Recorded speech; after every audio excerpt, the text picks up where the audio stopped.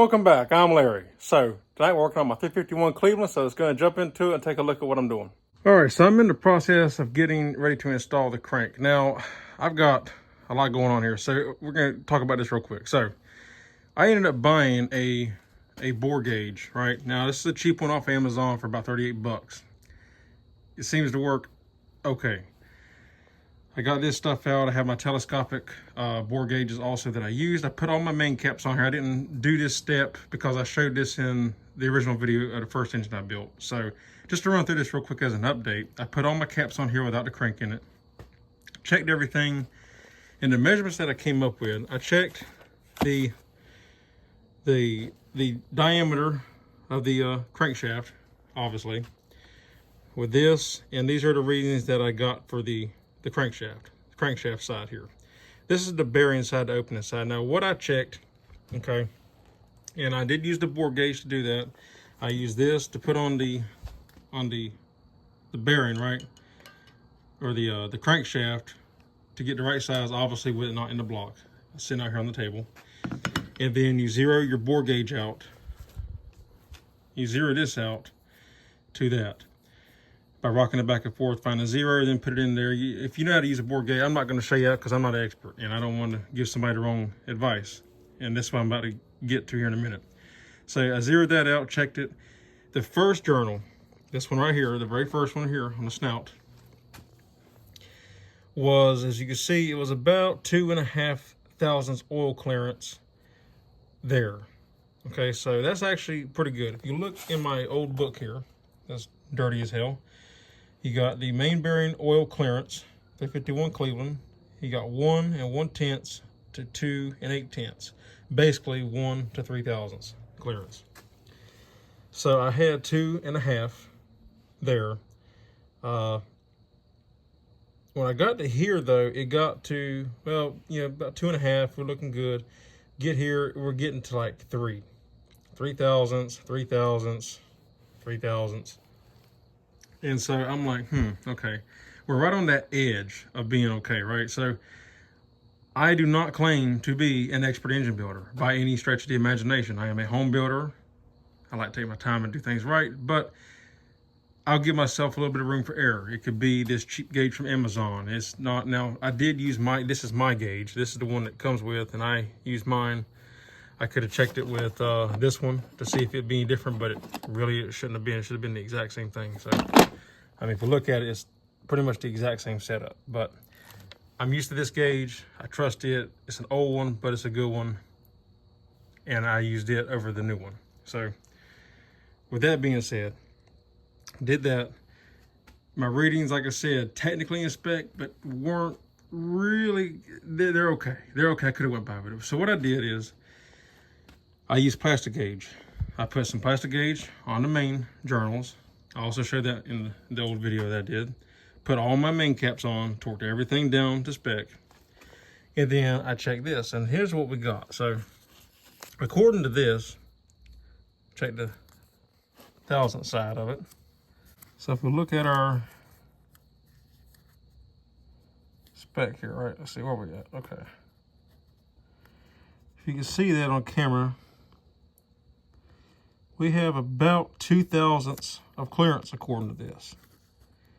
So that one is pretty much right on par with what I measured, 2.5. This one's hard to hold, so I'm not even gonna show you it. But you can see it, I mean, it's about the same. You know, but it's hard to hold because I got that stud in it with these aftermarket bolts. So it's hard to do this one-handed. Same thing here. It's hard to see the exact line, but you can kind of see the outline of it or where it was. And we got about, you know, 2 to 1.5 between there. So it's about 2. And we keep going down. It's the same thing. It's just about the same thing all the way down, which is a good thing. That's what we want. So we put it in here. You see we got about 2. So maybe between 2 and 3, but about 2. And then this one here got smudged off. So what I did for that is I checked each cap, but I also came over here to the crank. And I also measured based off the crank as well to see what I got. So But like this right here, you can see we got about 2 thousandths, maybe a little bit less, you know, 2 5/10 maybe for that. And same thing up here. Checked it, and I did each one this way. And according to the plastic gauge, everything seems to be within spec. So if you got a 1 to 3 thousandths range, and we're all sitting at about 2.5 or 2 5/10, then we are plenty good to go. I'm going to say that I possibly could have made an error in my readings. I would have given myself at least a 5/10 variance in my readings anyway, just because I'm not an expert. I don't claim to be. And so for my little room for error, I would have said at least 5/10. So if that's the case, and I'm getting like 3 thousandths reading, it would be like 2 5/10 if I give myself that 5/10 variance. But according to this, we have about 2 thousandths to 2 5/10, which is perfect. It's kind of like right there in the middle, which is where we want to be. So that is just a quick update on this and where we're at on that. And as a quick little side note, not that it matters, but I thought this was kind of funny. I just realized it. My plastic gauge is Clevite brand, and I'm actually using Clevite bearings, so it's perfect. Clevite plastic gauge, Clevite bearings, perfect.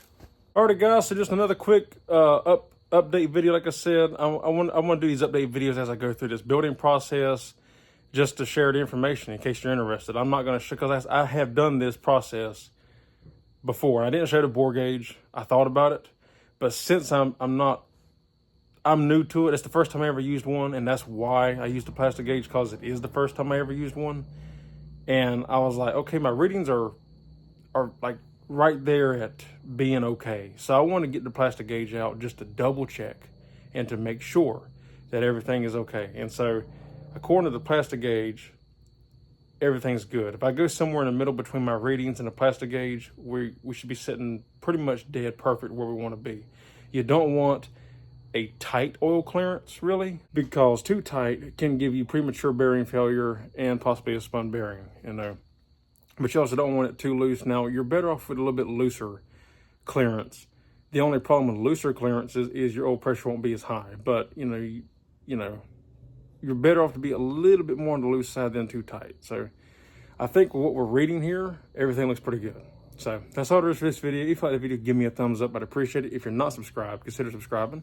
And you can now become a member. If you have any questions, comments, or concerns, leave them in the drop box down below. Maybe you got some tips to give me about using that bore gauge. But like I said, I watched a couple YouTube videos on it, and I did it how they showed. So, I mean, I said maybe it's just an error somewhere in my part, you know. Probably need more practice with it, which I will get in the future. But anyway, or I might just invest in a better one down the road. But anyway, so that's all there is for this one. If you like the video, like I said, give me a thumbs up. Appreciate it. And that's it. So till next time, I'll see you on the next one. Take care.